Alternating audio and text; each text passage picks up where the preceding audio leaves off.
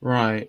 Hello, everyone, and welcome to a, um, I guess, sort of off the cuff blob watch, where it's going to be a solo stream. We're going to be talking about friend enemy distinction. Now, some of you who follow me on social media have sort of seen that over the last couple of weeks I've been referencing this a bit, especially with the current votes in Parliament on the national raising national insurance and such, and why the Conservative Party it has received flack from many members, activists, and if to believe recent polling, voters, and why this is a wider problem on the right, and it's something that I think in it is it's actually quite good to delve into. I think this is quite a interesting one because I hope that the purpose of this will maybe this can be used to explain or to show somebody the importance of understanding a friend and understanding an enemy, and it it really comes down to also like on the personal level. I mean, it's how how you judge somebody in a scenario. It's actually quite natural instincts. It really comes down to it. It's common sense plus natural instincts, and um, it's how you trust somebody. I mean, you I don't have to explain this to you, but you've met people. You, the viewer there, you've met people in IRL who you could trust, but then there's always been sort of like tricky people that you can't trust, and you can distinguish between those. And this is sort of a similar thing that politically you need to um, distinguish, and it's actually a lot easier because a lot of the friends and enemies, and particularly enemies, will let them know you're that they oppose you, that they want you to fail, um, and so that as I say, it's quite an easy distinction to make. Um, and I mean, I like to think that this goes somewhere towards the Conservative Party at a large, but we'll see how this video fares. We've got a couple in chat here. We've got El Nino, good evening and welcome, regular, and we've also got Rubber, who's a guest on the Blob Watch and a friend of the channel. So welcome, and Rubber reminded me actually, in fact, of the link between the friend enemy, but also the fact that John Peterson has referenced that before, but usually again more on a not so much on a wider sort of collective wise political scale of a community, but more on an individual level and how you form relationships with others. But that again, that's still very relevant to what we're talking here. So of course we'll be going into that. So we got we got a bit of James Bond lore in the chat going on here. So if you can see the chat after the stream, got people watching this, you can also check that out. Okay, so the first thing we're going to be talking about is where does this concept come from, friend enemy distinction, and it it was, I think the term was first coined by Carl Schmitt. Now, I know that some might not appreciate because he was a follower of the mid-century German, but that's not. I'm not talking about his ideology on this because that's not important. But it's important of what is the method and how does what he say resonate with some truth. And being a follower, a member of the party of the mid-century German, one has to assume that there was something into it because you cannot categorically deny the effectiveness of the mid-century Germans, especially when they took power. In many ways, if you were to measure the success rate between that society and the Soviet Union in its creation and its infant years, I think it's safe to say that the mid-century German society fared a lot better and was far more efficient, and it wasn't. Even though one would argue that National Socialism is an anti-conservative and ultimately a left-wing sort of protectionist point of view, it did achieve to avoid disasters within the country. Let's say, like you look at like what happened in Ukraine and such with the Soviet Union. You can't say that there was. You can't really compare the two and how both started out, but obviously they finished in two different ways. So yes, Carl Smith. So he was he was the individual that coined the term friend enemy distinction, and it was in his it was one of his best known works. It was the concept of the political, and it was a it was a critique of liberal democracy, which is quite interesting, bearing in mind what you've seen with Afghanistan. Because I've been reading a bit of it today and been going over some papers that have been that others have written over, just to see what their perspective on this is. It's quite interesting. It somewhat does resonate with, I guess it still resonates to this day. So yeah, it criticizes liberal democracy, and also it reinforces his personal belief, because what I find quite interesting about him is he was a pure sort of traditionalist in the concept of sovereignty, and he understood the importance of sovereignty and how it affects people's interaction with each other and with others who are not part of that local sovereign community, and also the importance of power being based within that sovereign community as well. And his ultimate belief was that politics is power, and power is something that should be controlled by the sovereign people of a particular place, and that's something which I mean, you could argue in all aggregate polling that was done with Brexit, that was the number one topic that the British public agreed on, more so in most cases than immigration. I mean, the media would tell us it was immigration, it was all sort of trading, all that sort of stuff. Ultimately, it actually came down to sovereignty, and it's something that the propagates for the liberal democracy and the globalists, the peoples of anywhere and nowhere, they're the ones who really do not understand this, and they have no ability to even view it as a legitimate perspective. And the reason why is because they understand the importance of power, and that is why you have these multinational organizations like the European Union, and to a lesser extent, one could argue NATO. I mean, you could argue, well, how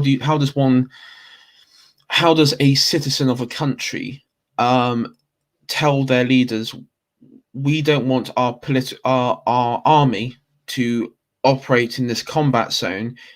Yet well, because they can't. Because if it's up to NATO, for example, that's sort of taken out of the hands of the local. So you understand where this sort of sovereignty power dynamics lies. And you also have the IMF.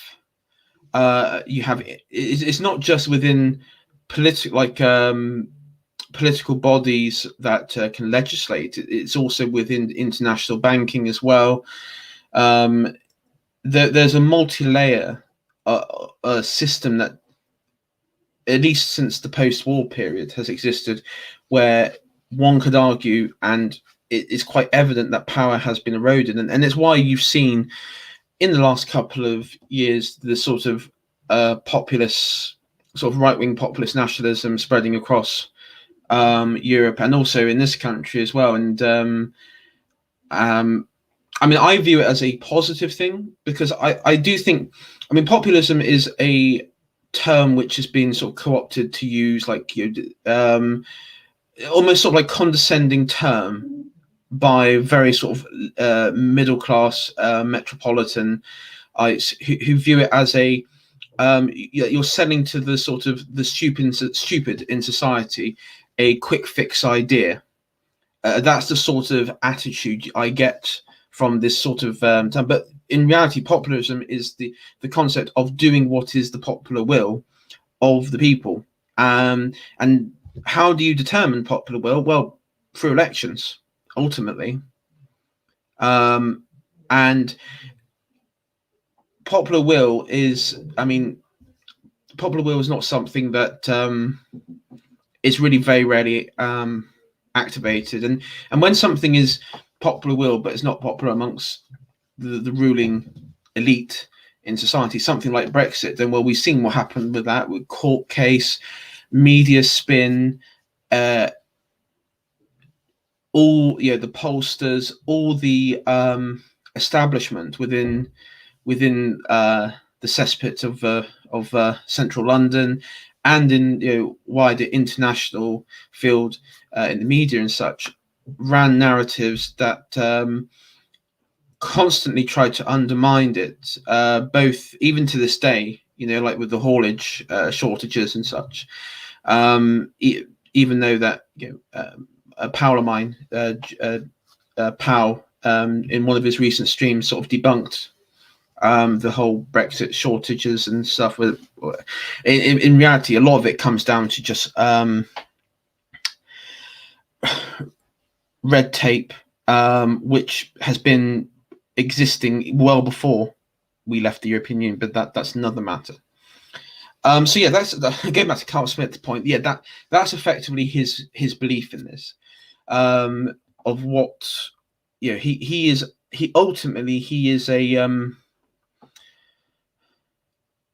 I don't know what happened to him towards the end of his life, what his sort of political philosophy came into, but I would say that he ultimately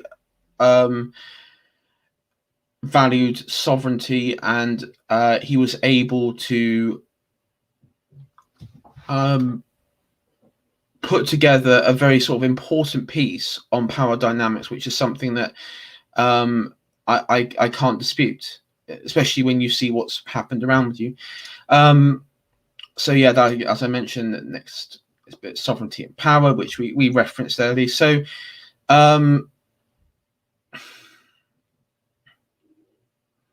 yeah, so talking a bit more on sovereignty and power now. In his work, the argument was that I guess the sort of combination of sovereignty and power is also legal power. So it ultimately, where you're, if you cannot have, if the people who, if you have a democracy and the people within that democracy expect that the representatives, the legislator, whatever you like to call them, do not have complete legal power, and that they have to, that there's this other sort of like a multinational body above them, or something above them, which cannot be changed, then you do not have real power, real sovereignty.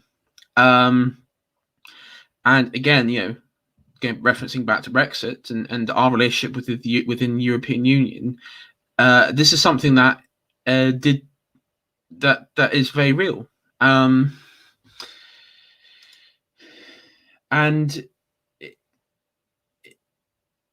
it's something that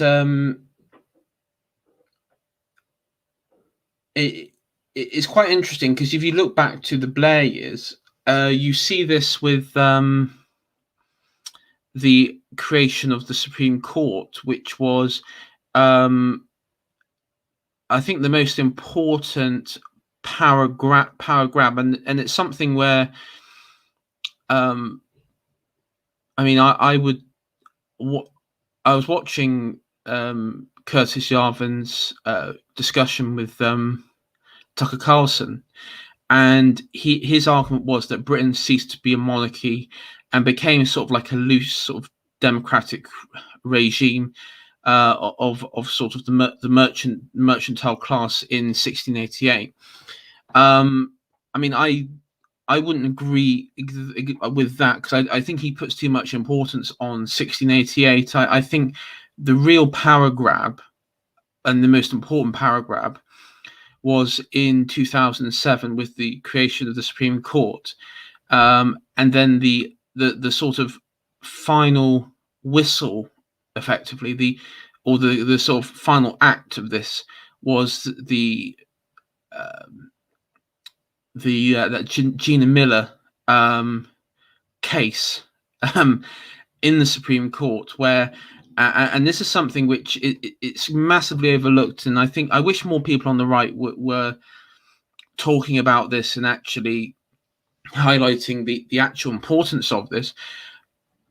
The Supreme Court overruled, not the government, they overruled a decision by the Queen, and effectively null and voiding it.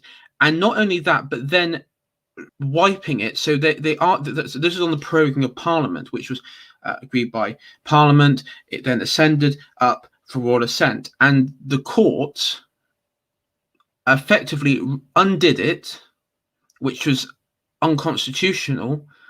I think, in my personal opinion, I know there's been several lawyers who've been talking about this, but at the time, but this legislation on that has always been that the courts will never get involved, because if it's a political matter, that is a job for Parliament, and that's what the High Court said. But when it got to the Supreme Court, and remember, these were all appointed by, I think they were all appointed under Blair and possibly Cameron's time as well, but a lot of them were appointed under Blair.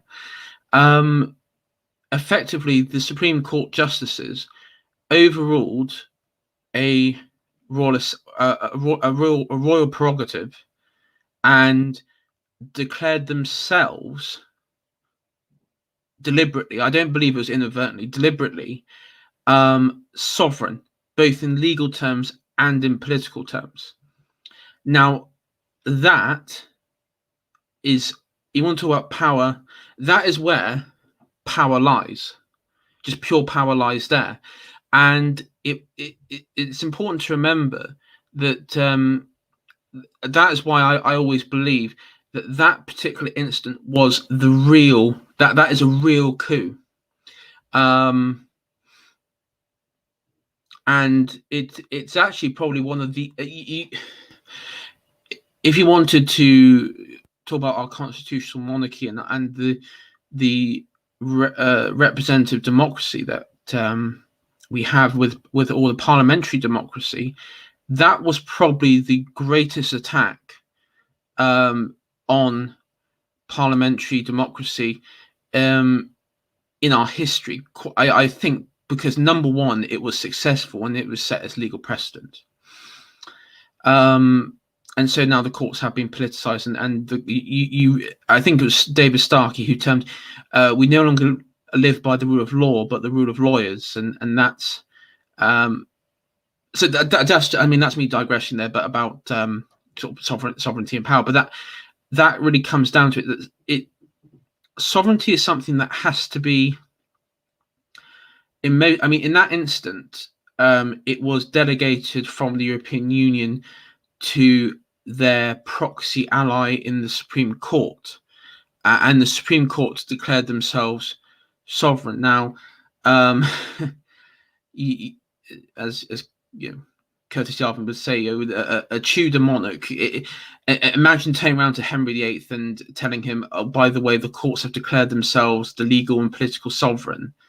I mean, all the justices' heads would be on Traitors' Gate come the evening, effectively. So it depends how you operate. And I'm not saying, for anyone misconstrued, I'm not saying that should have happened. But what I'm saying is that would have been interesting, because I remember saying at the time that Boris Johnson or the UK government, I think, could have challenged it. Now, that is what would have been a constitutional crisis, but it would have been interesting road to go down, which would have been to effectively pull what Bolsonaro was going to pull and just say, I deny the legitimacy of the courts. And I would have gone down the road of deny the legitimacy of the courts, and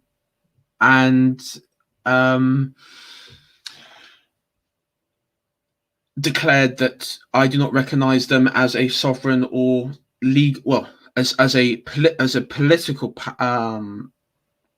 as the sort of political sovereign, that the Her Majesty the Queen is the political sovereign in that regard.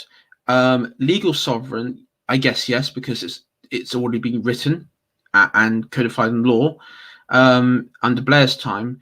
But that's a route that I would have explored, in my personal opinion. But it would have been interesting to see where that would have gone. I think that would have it would have definitely shaken. It would have definitely shaken, I guess, the sort of political establishment in some way. But of course, that was not to be. I remember the crux of it was something to do with manifesto pledges and such, and it was votes, and it was a bill that was passed in Parliament for what was it, that we must leave with a trade deal and such, which was absolutely ridiculous sort of bill, because it's something that couldn't be enforced on the other end. But yeah, I mean, we could use this example going into the sort of the friend-enemy distinction. So we'll go into, so that's sovereignty and power, sort of just my thing. So who is friend? Right, so who is the friend? So you're, broadly speaking, we're all on the right. We all dislike greatly progressives and progressivism. We see that as an enemy, as like the sort of archetypal enemy in our current age. So who's the friend? Who is the friend? And the friend is the, as Carl Smith would put it, would be the people in your community who resonate with you, both on not just politically, well, on the more on the political level, but also on the community level as well, which is where this, I guess, it's somewhat like an sort of unwritten distinction. So, friend, and this is I'm going to go quoting Jordan Peterson here. A friend is somebody who wants you to succeed, and that is ultimately one of the most important things I say. If you're going into politics, or you're looking at politics, you have to look at each individual on, do they want you to succeed, or do they want the movement or conservatism to succeed and effectively be friends or friendly or civil with the broader people on your side in general. And so an example of this would be, let me think. I would say a good example of this would be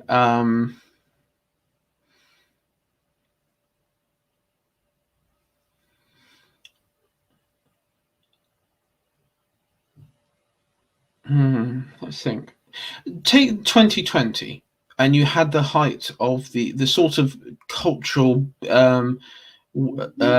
race and gender identity cultural revolution under the term Black Lives Matter, triggered by the killing of George Floyd. You had a very sort of swift turnaround from protests in America to protests here, which lasted a couple of weeks, and you had a situation where you had it all coalesced around the Colston statue in Bristol, which was pulled down by a mob of leftists and then chucked into the Bristol's harbour. You then had, I think it was the following week, a major protest in London where police officers took the knee in front of the mob and then were beaten up, and then they were chased and humiliated. And then, of course, the following, and then there we had the cenotaph was,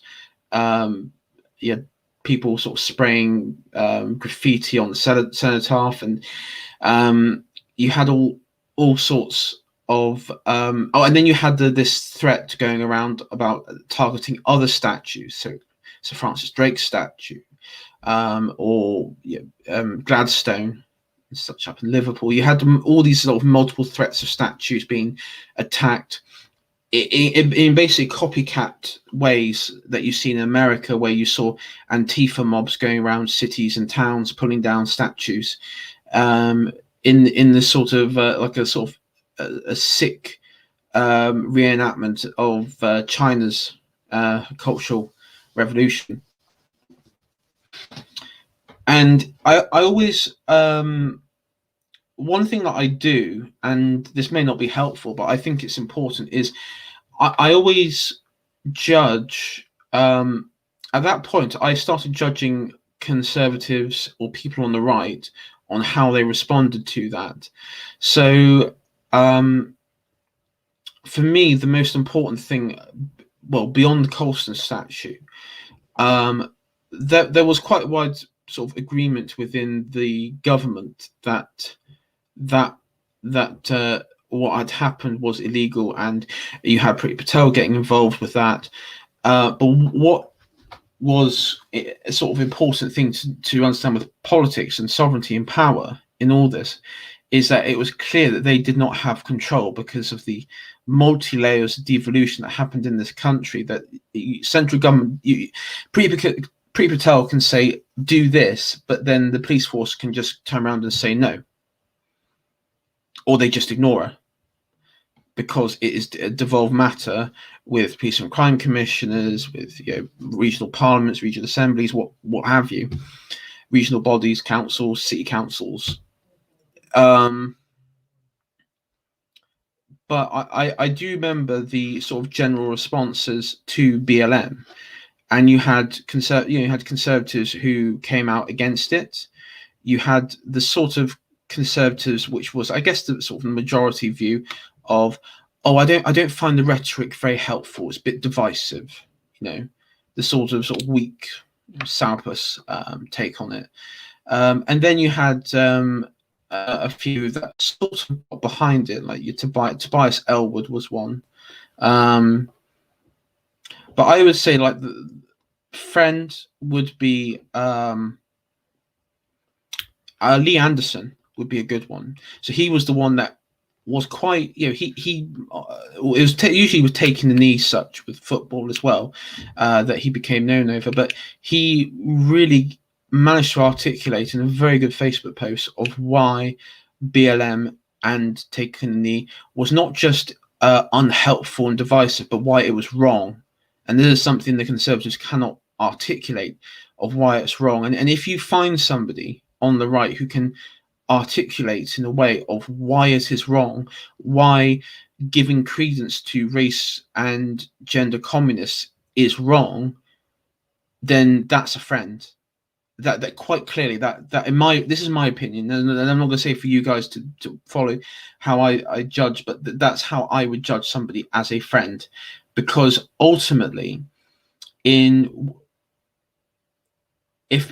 you have such a bombardment of propaganda from the establishment like you had in 2020 over BLM and everything, those who hold out and can see past like the miasma of bullshit, and can articulate in a way of no, why this is wrong, then that they're friends. They're the people that will stick with the movement, and the ideology to the very end. The ones who effectively are sort of the weak sourpuss, they're the ones that will screw you over, fuck you over in a heartbeat, if they feel that they're threatened. It sort of comes down to the old sort of thing of, oh, if I appease my opponents, then I won't be affected. And it's like, well, no, you'll still be on the guillotine, but you'll just be at the back of the queue. You'll be the last one on the guillotine. So yeah, that on how I judge something like that is how they act within a certain setting of high pressure, I would say, as a summary. How someone, if they act in what I agree to be the sort of correct way in a high pressure situation, where they could easily fold, or they could choose not to talk about it because it's just not politically expedient, then that's how I judge somebody on that matter. Sorry about sneeze then. Okay, so next thing, who is the enemy? Who is the enemy? Well, enemy is someone who doesn't want you to succeed. Who is somebody who wants you to fail. Now, it's important to know that that's comes down to what Jordan Peterson again said. But as Smith would say, this would be the other. So this is someone who isn't in your community. This is someone who doesn't understand your community, who doesn't want to understand your community, and is actively trying to push politically or in a power way, push to obliterate and ruin your community. And so how do you identify somebody like that? How indeed? So to do a reverse on the previous bit where I was talking about friend, the enemy one's quite interesting. So without being too judgmental about it, I think number one, the most obvious thing is who they surround themselves with. That is quite an important one. And who do they have contacts with? Who do they how do they act under pressure? How do they interact with their own side under pressure? That's the sort of questions you should be asking yourself. So, as Rubber points out, Ben Harris, he is a self-described neocon, but he hangs out with American Democrat Party members, and most of them, you look at most polling internally with the Democrat Party, in the 80s and 90s, one would argue that a good portion of the Democrat Party was, moderate to right-leaning, but now the Democrat Party is pretty much centre-left to quite heavily progressive at this point.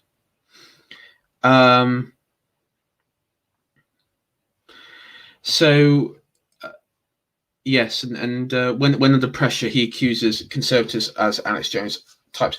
So I was watching, and this is quite actually important because as people like in the chat, like Jaws and Co. and such, we did this. The previous video on my channel here was the reviewing the current conservative climate, and what was quite interesting was that some of the people because this was, I think this was just before the vote and everything to raise national insurance, and it sort of was quite, it was good timing because a lot of the people who were on that panel were sort of talking about because they were, it was easily identifiable problem within the party, and that there still is, and it's sort of been magnified with this bill that went through Parliament, this levy bill.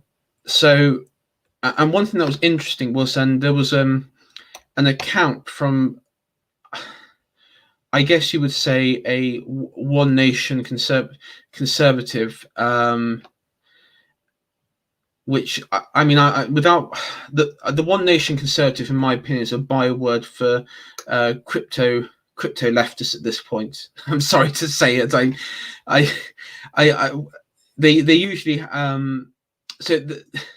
they usually have effectively the sort of Tobias Ellwood, Heseltine point of view. I think she said in her bio that she was a Heseltine fan, and one thing that she said was, we mustn't engage in right-wing culture wars, and that's not the. And she's not the only one that I've seen supposedly on the right, on the conservative side, to say such a thing.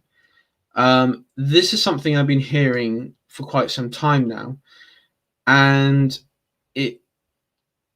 it's almost like this could be coming out of a Guardian news piece, or an independent news piece, or a Mirror news piece, or this coming out of academia, and this is because this is an enemy, pure and simple.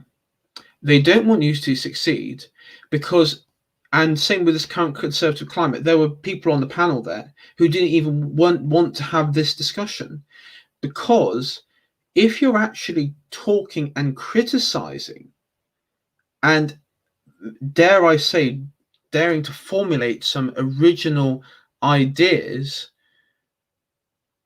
then you're affecting the current power dynamic.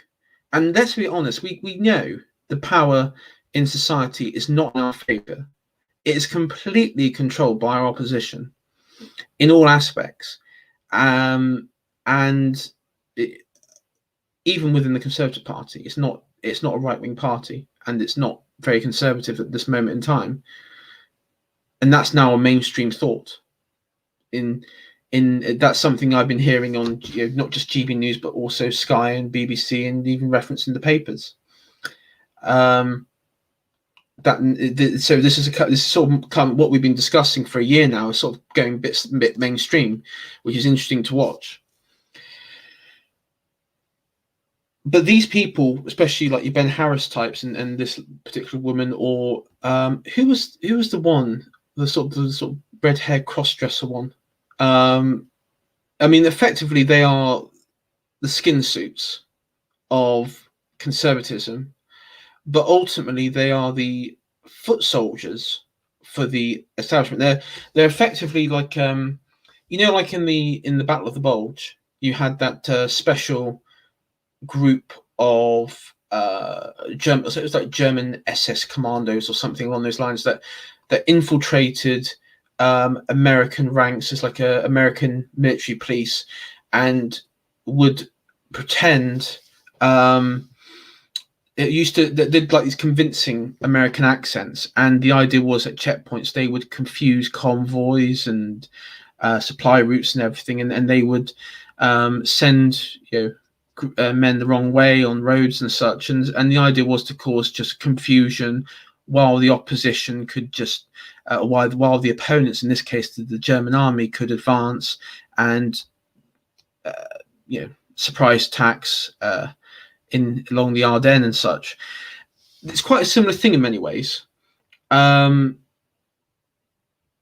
they are there is to contain us in a position where we're stuck in the paradigm of our opponents, and that's the position that they are forcing us into, the people of the Ben Harrises of this world, and they will continue in their endeavor to keep us there until we finally accept them to be on par or exactly the same with your Owens Joneses or your Ash Sarkars or your momentum types, because fundamentally they agree with them, and they are them.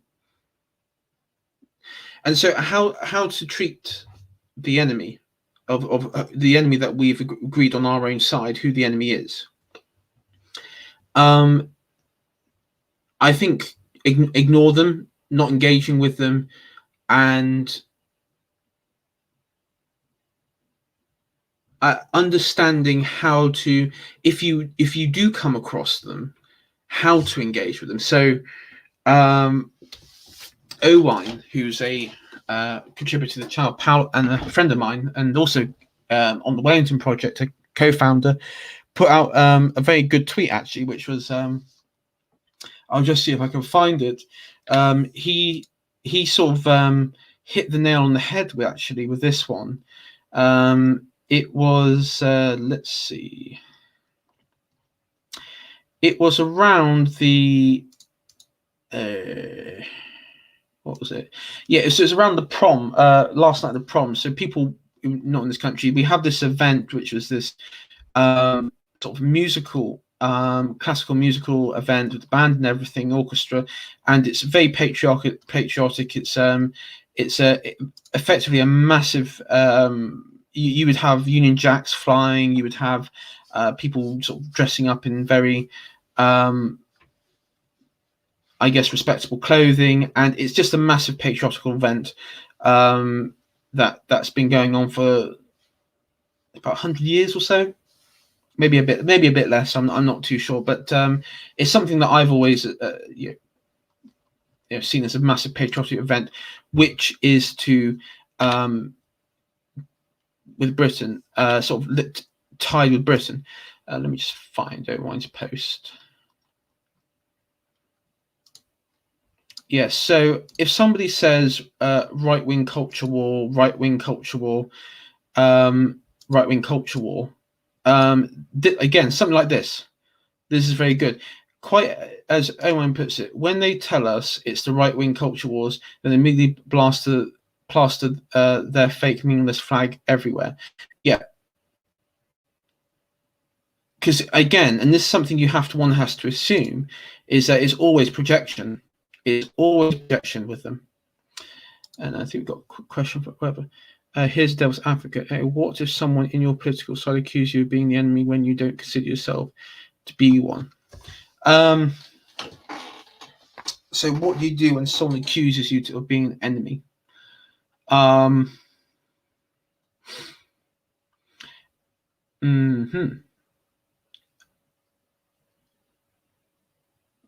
Important thing is to understand hierarchy, and I know who Rubber's sort of loosely referencing here. There are in most things, including in our circles, there is a hierarchy, or as one academic put, who likes to reference, a great chain of being. And one has to understand where you are on this chain. Now, I'm probably quite close to the bottom, like many people here. I have a very small YouTube channel. I don't have many people watching if you compare it to some bigger accounts and right-wing people on the right. I'm quite a relatively small channel. So I know where my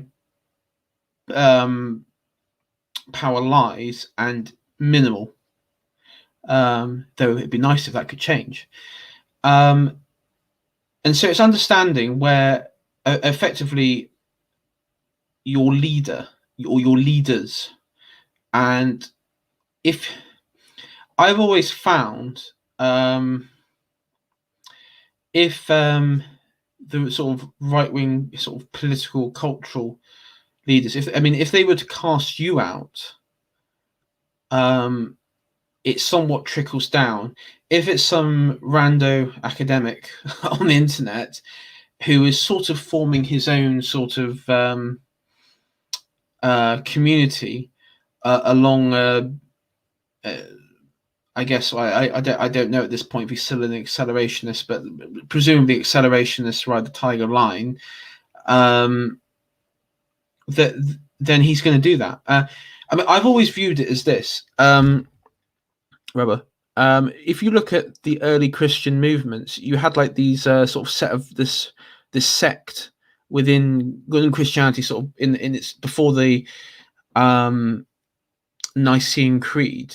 You had this sort of like these various groups, distinguishable groups, and one of them was the ultimate frustration was that they weren't um, they were reaching a point where they were becoming a sizable group within the Roman Empire, but they weren't at that point where they were going to effectively have a major position in politics or within power, in any sort of meaningful power at the top, the highest level in Roman society.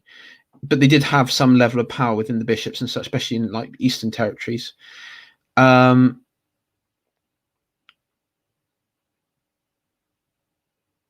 And you had some, like within North Africa, you had some monks who would just retreat into the desert to formulate and their sort of like you had monasteries and such where they would sort of hide themselves away from the world because they couldn't the stuff that they wanted to offer they couldn't. And when I would say to the academic that we're referencing here, the stuff that he wants to offer and that his community want to offer now is not something that he can do within society at the moment. And my perspective on that is I'm happy to let him go to do what he wants. Ultimately, if he calls any of us enemies, it doesn't really have any effect on the sort of the right wing ecosystem, if we call it something like that, because he, relatively speaking, like myself and like many of us, he's nobody. Like myself, I'm not saying that I meant the person, but we're all nobodies. There are many people higher up the food chain who are a lot bigger, and it doesn't really matter. I would count as an enemy on particular niche tribe, but it would be false to accuse me of being enemy on the right. Would that be correct? Yeah. He from his point of view is it's a it's he I mean he's basically formed a splinter group from the tribe, and it's and he's sort of taken the sort of Gnostic or the sort of monks in the desert of what was it, the third fourth century, of we're going to go into the desert and we're going to coalesce around out then. It's all right. We'll give you, I guess. We'll let Saint Augustine and and all the others operate within the empire. Then, I guess. But no, I mean, this is something that's it's not the first time such things have happened within groups. In my experience, and I think it was Carl Benjamin on sort of Trump, was it Trumpton or Trumpshire or whatever? It was sort of there's something or whatever sort of this particular person's sort of ideal utopian society. And Carl Benjamin did on Lopes, he did a very good sort of analysis on it and why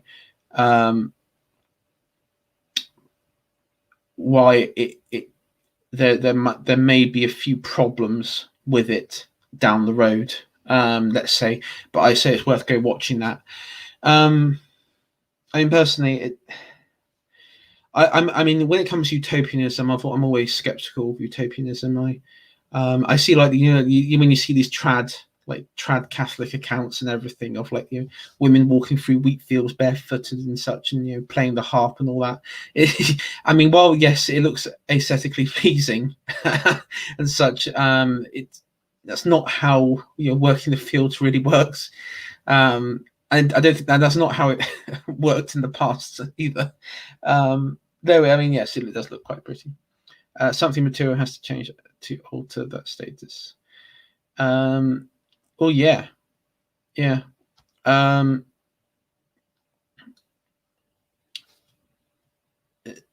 This is the important thing, and this goes back to. So this is going to go into my next point of why the Conservatives waste their time with enemy factions. Right. Roy Herbert. No, I was talking about, when I talk about the Christian monks, I was talking about the Christian monks. I think it was in the 3rd and 4th century, who predominantly in Egypt, and they would go out into the desert to, I guess, find sort of some spiritual enlightenment or something like that, and it became like a trend, and it did cause a crisis in the early church movement because there were so many individuals going out into the desert. Effectively, because there was you had the fracturing of Christianity. It was actually down to Constantine, who when he became complete emperor of the Roman Empire, of course, was favored Christianity. Because they favored Christianity, that he created like a united, like a united agreed position within the church. And there were several different like perspectives. So yes, so the next point we're going on to is why Conservatives waste their time with enemy factions. Yeah, and I do want to say that the understanding the friend enemy distinction is, you would think on the surface it'd be quite easy, but for some reason there seems to be a failure in this, and I think a lot of it comes down to how good is the propaganda, what is the feedback. Artful Roger sort of mentioned, I think he just mentioned there, what is the feedback loop that they're receiving, and it also requires on the individual characteristic of the politician. And I do not I do not disregard the idea that politicians, and the many in the Conservative Party, are just complete half-wits. That's something that has to be on the table, I'm afraid. And it's why they, what was it? You had that one Conservative MP that goes at home and cries to his partner because he didn't know what a Tory is anymore. It doesn't surprise me, to be honest. I don't know if he cries about it, but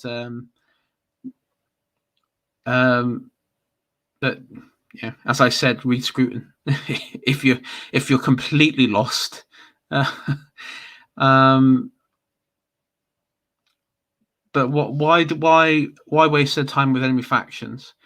And this is the thing: the enemy factions would love to waste time with you,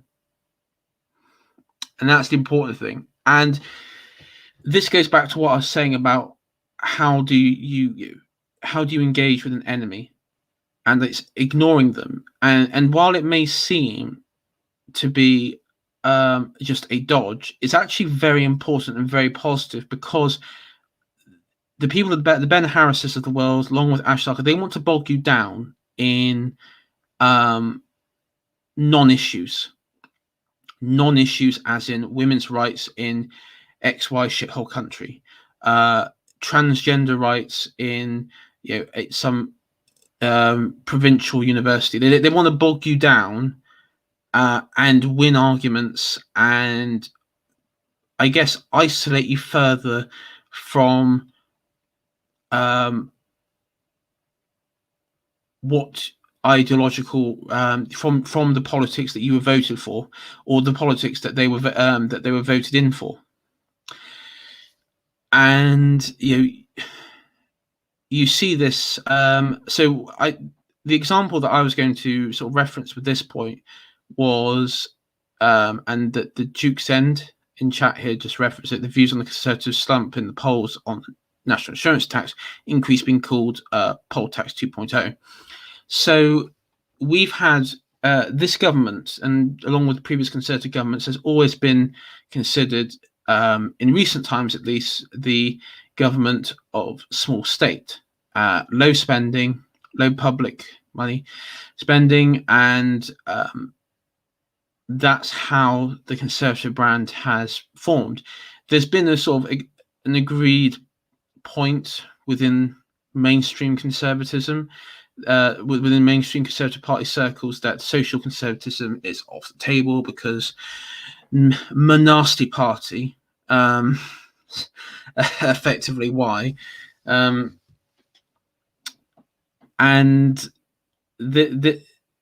what we've seen quite recently, and it's quite interesting, is there's actually the Conservatives have abandoned the social principle and also somewhat abandoned the economic principle, and so they've got nothing left, and that's the sort of main narrative that's going around at the moment amongst their people on their own side and also the opposition. But you notice with the opposition, what's amazing in this is they're actually and you see this with most leftist tactics, is they appeal, they basically try to humiliate you and using your own ideological belief, which is not necessarily their own ideological belief. And you see this with like I saw this like with atheists back in the day, when they say, oh, you're a Christian, you're supposed to believe in charity and everything, how can you not support government intervention? You see this sort of I guess what is straw man or Motte and Bailey arguments, I like to call it. And yeah, you've seen a bit today with the whole national insurance thing. I mean, even though Labour wants to increase it, probably more than what the government is going to do, but I mean, that's by the by at this point. It doesn't really matter what both they want to do. They end up doing still an increase. But so what I did with the Wellington project, what we did with the Wellington project is we actually did like an initial costing, because one thing that the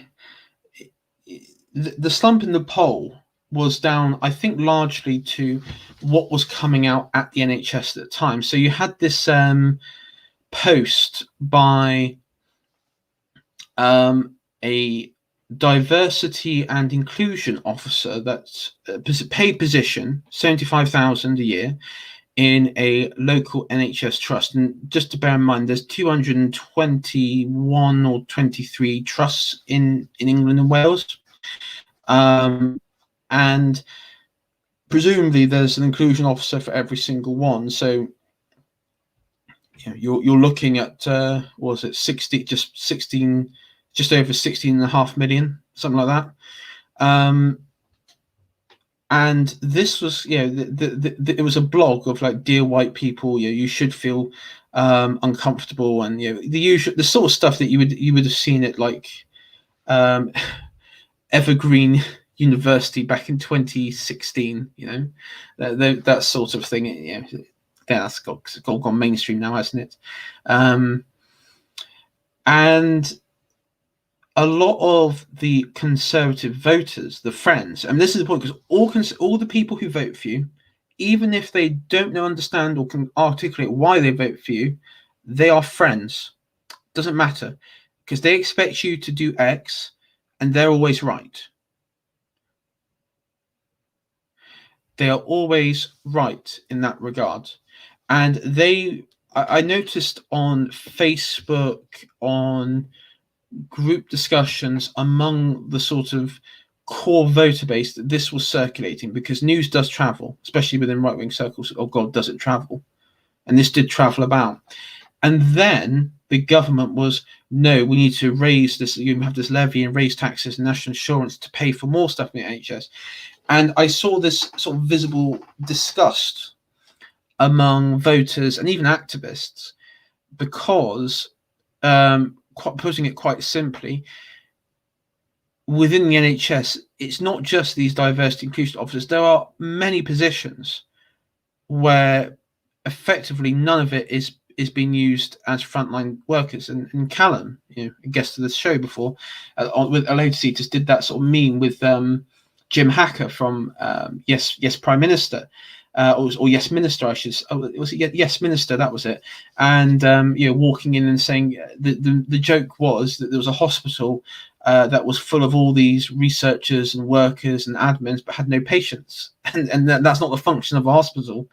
But that sort of meme is sort of come into fruition in current year. And so what you see at the moment is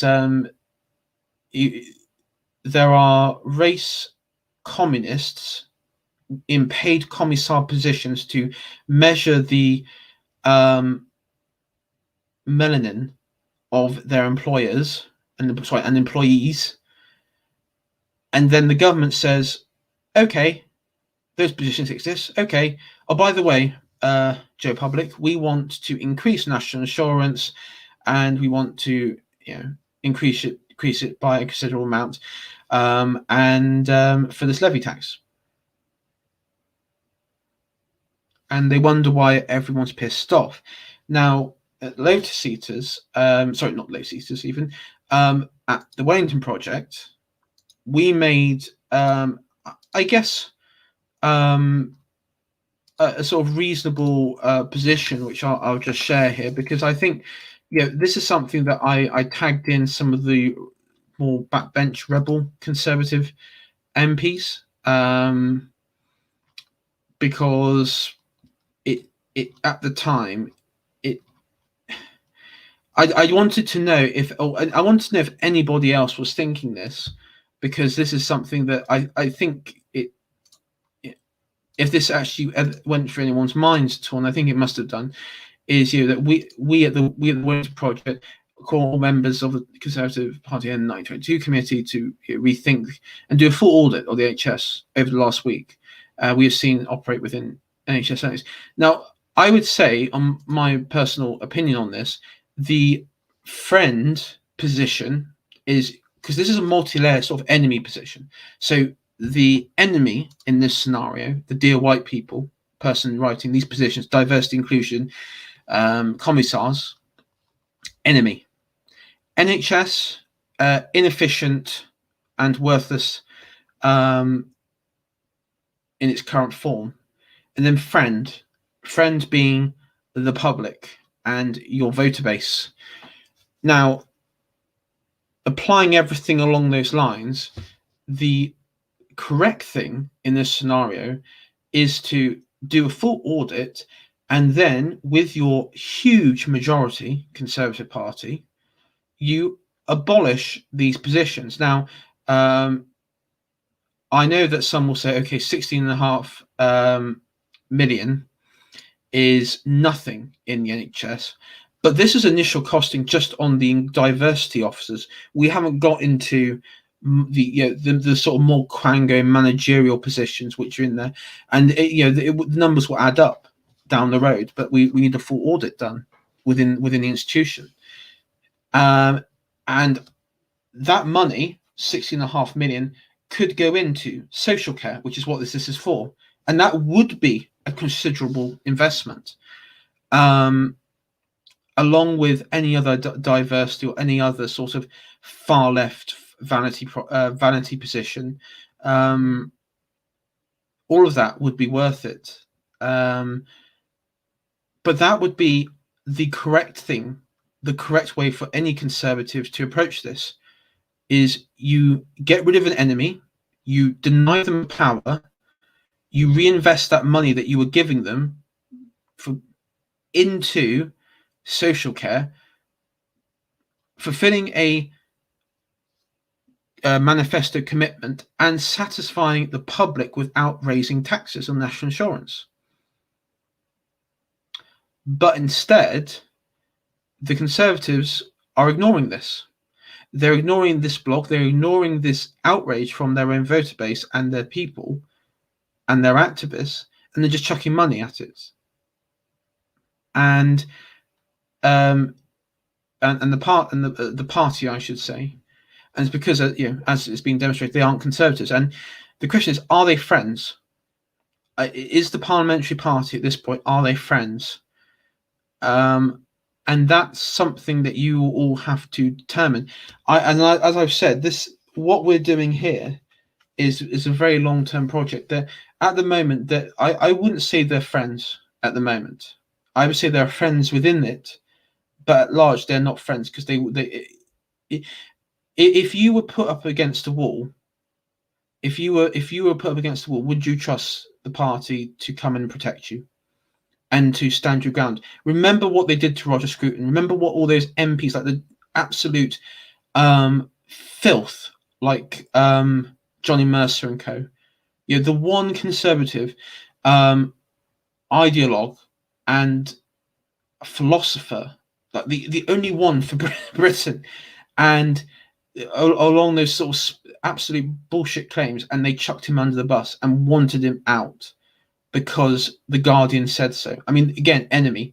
You actually look at it back through the age, you can see that the absolute enemy list that you could have, and people you should avoid, or people you should avoid at this point. It depends how you want to do this. Thatcher was very good because she understood she was on this philosophy of no compromise, and that's a pill that some will find hard to swallow, but that ultimately, that if because the left doesn't compromise, they do not compromise a bit, do they? And so we shouldn't.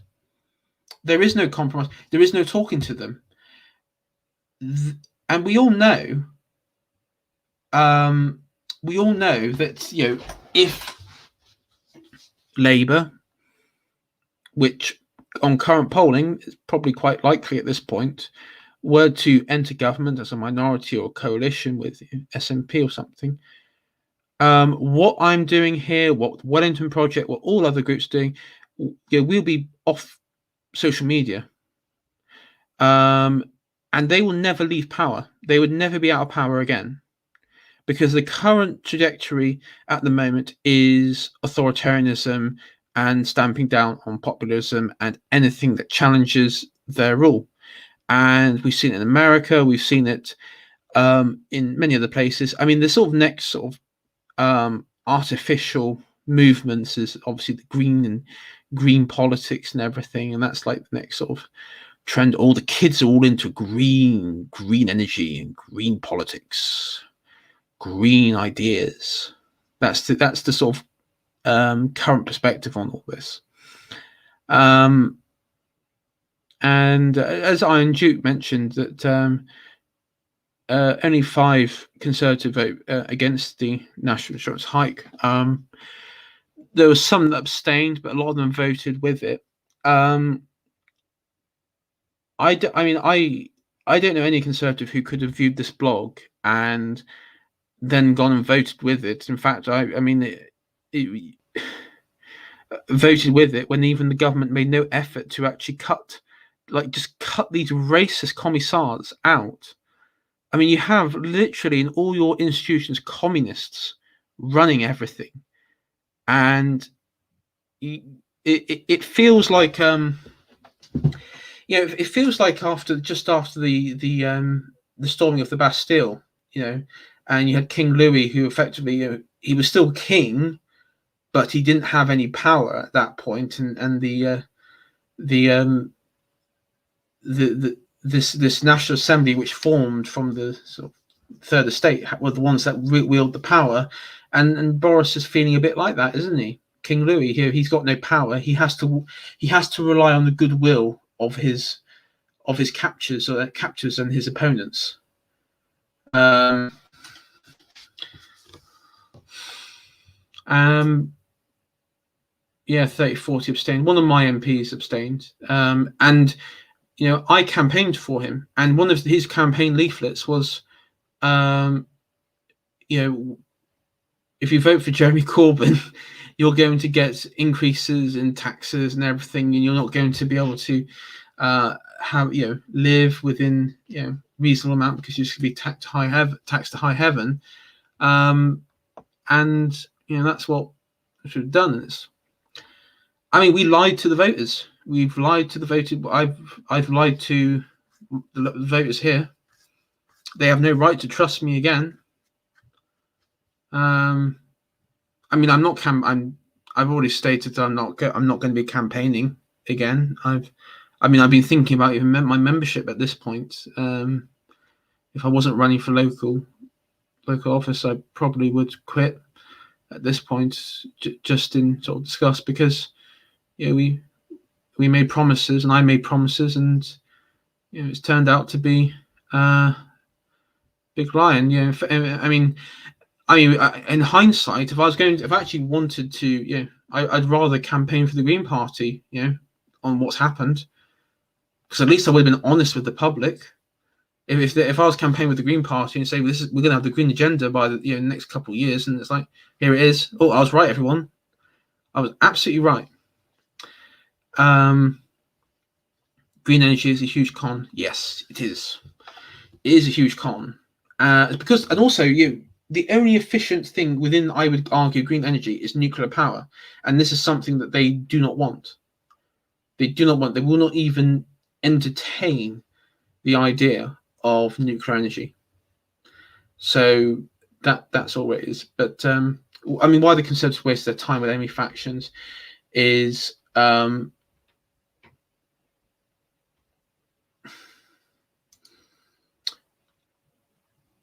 lack of will, lack of ideological conviction, lack of ideological thought leaders. Quite a big one, I think. Lack of energy, lack of voter base, lack of activists. Is what it comes down to, ultimately. Why Conservatives think they can ally with the TERFs of all people? Yeah. Personally, the Conservatives should be sitting in their castles, and the TERF refugees come to the battlements, and you down the battlements, you look at the TERF refugees and say, you just sort of laugh at them and tell them, you get what you fucking deserve. You don't get to fuck around with society and the functions in society and create a generation of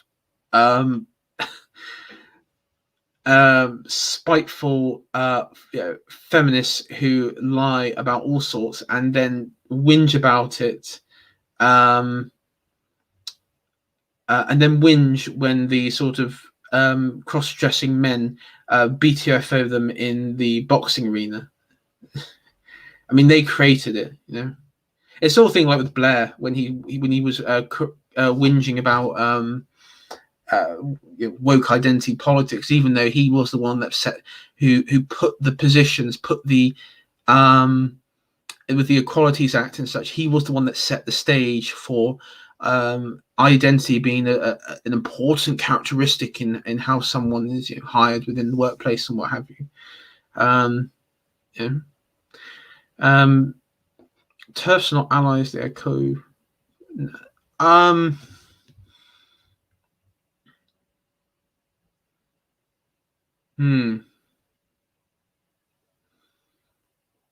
Are they allies or are they? I wouldn't. I wouldn't have them. Is it better to have them in the tent pissing out than pissing in the tent, or whatever the phrase is?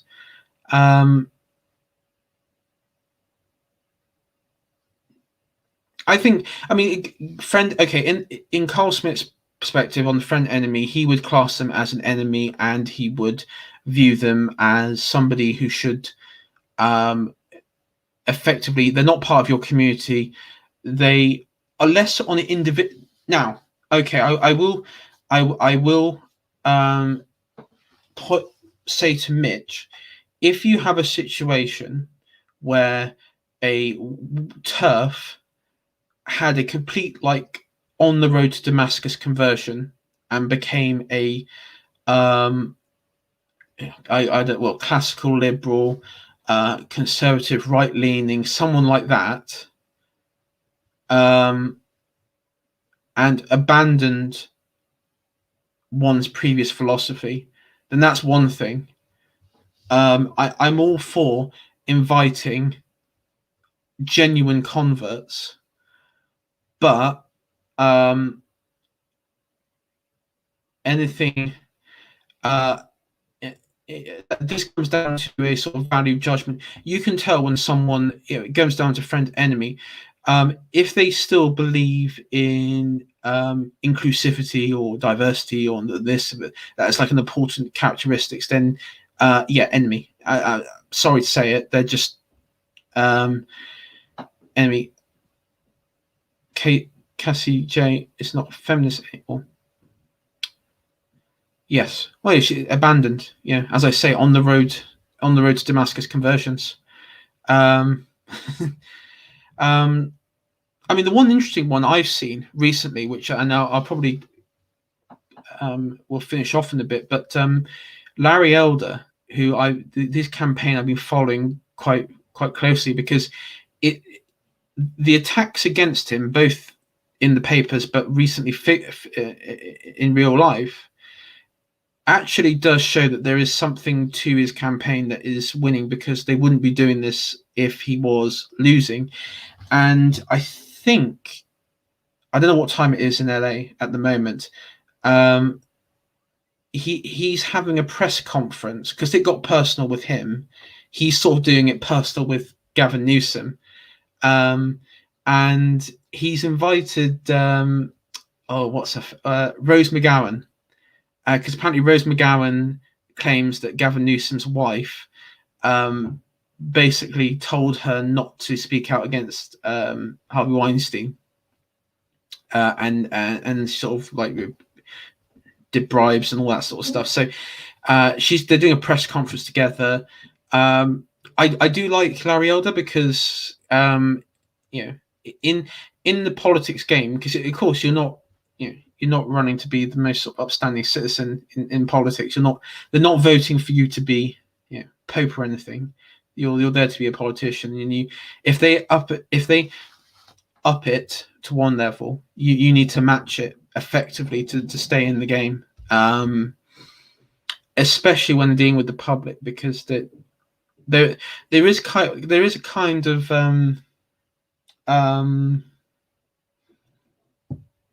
sort of like gladiatorial arena-esque style to some sort of political races. I mean, the most funny one I remember was Trump accusing Ted Cruz's father of being affiliated with or involved in somehow with the with with the Kennedy assassination, or the Zodiac killer or something stupid like that. I mean, but yeah, I've seen there's been a bit of chat actually with Mitch and Bubba. What's this between?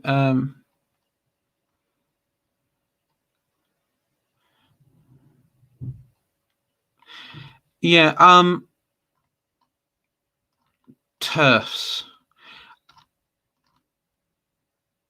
between, yeah, but this goes back to what I said about friend enemy. The enemy wants us to be arguing like this and go down the route of agreeing the terms that they set of man and woman. We know what a man and woman is. We're not going to fucking discuss it. We know what a man and woman is, for God's sake. It's been known for since the year dot. I want to talk about like some genuinely important issues, like how to get rid of these absolute fucking cancerous and enemies within our institutions. I don't talk about what a woman is. I know what a woman is, not a man is. And if they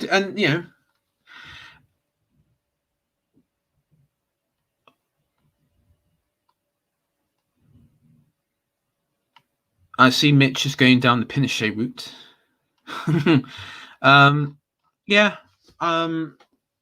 As I say, with turfs, should they be engaged? Personally, I wouldn't. I wouldn't engage with them unless there's like an individual member of them who has sort of renounced that philosophy in some ways.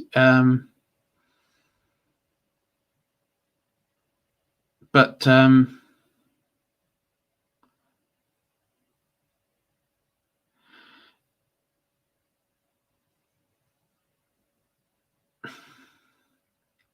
I think Rubber was you're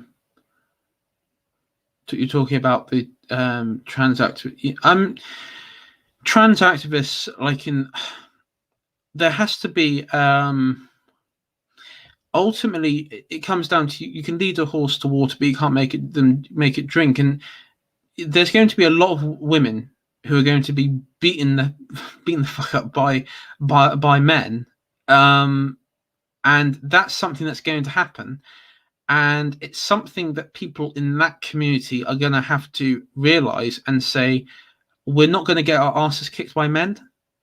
We're going to have women fighting women, and men can fight men. And that's something that they have to come to.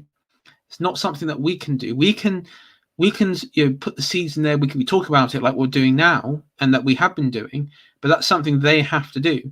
And if they choose not to do it, then one has to assume that they're okay for women getting pulverized by men.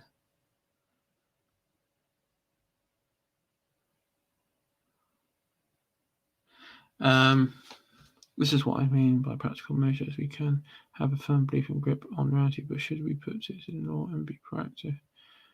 I mean, if I was in power, or if any sort of, if I was in power, I wouldn't. First of all, I would understand the use of propaganda, so I would probably pass. I mean, I would, with an 80-seat majority, I think the laws that I'd be passing would be railroaded and be obstructed deliberately. And there would be all like these polls and these protests and all these things that would make me seem uber unpopular. But at the same time, I wouldn't really mind, because I know that popular consent is somewhat of a myth. So I think some of these things we could put into law, and it wouldn't really matter, because it's just propaganda that comes from our opponents. It's not like a genuine grassroots belief.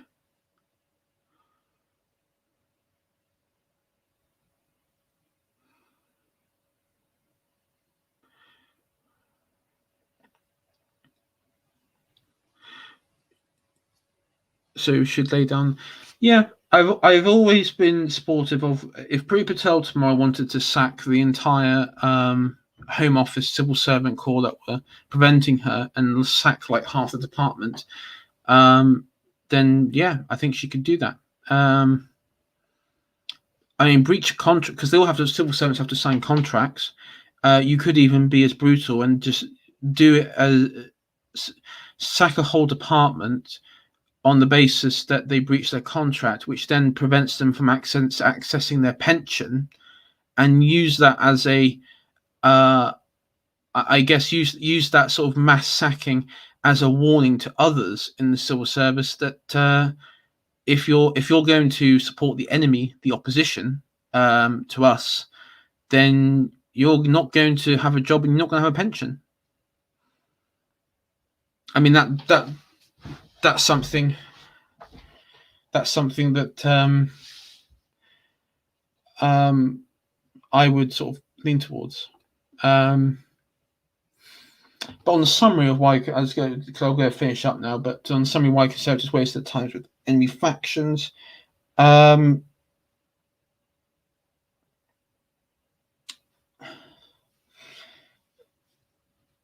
effectively, a big reason we just don't have a good enough propaganda machine of our own. We don't have enough, and it's not in wider scale, and it's not as sophisticated as the left, as the progressive wing, and that would be the overarching problem that I've seen, at least, and that's something that is being addressed with us online, with people online. But as we've seen after the January 6th stuff, that can go in an instant, and there's nothing we can do about it. So it's quite fragile. But I think not enough good propaganda. And I mean, it depends what happens. Quite honestly, maybe the Reform Party will come through. Maybe if Farage gets behind it, it'll be a thing again. Though I think largely, I mean, remember with Farage, he had Claire Fox, a communist and such, and you had mix of left wing, right wing people in there. So it's it's a bit higgledy piggledy sort of party that he's got going. So it may not be the based Uber party, maybe a bit better, but it wouldn't be the based Uber party.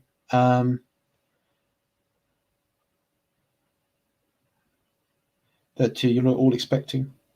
But anyway, thank you all for tuning in, and I'll catch you all later.